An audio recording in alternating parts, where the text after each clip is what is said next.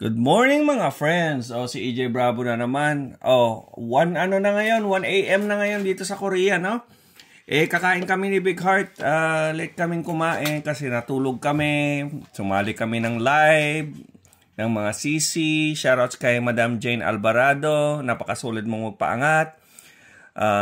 At solid yung suporta mo. At saka syempre yung mga kaibigan natin dyan, no?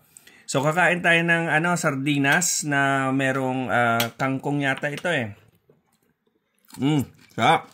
Tapos meron tayong dito talong na may sili. Tapos nilagyan ng kamatis at saka bagoong, no? At saka okra dito, no? Ang sarap niyan. Tapos syempre may natira pa tayong nilaga dito.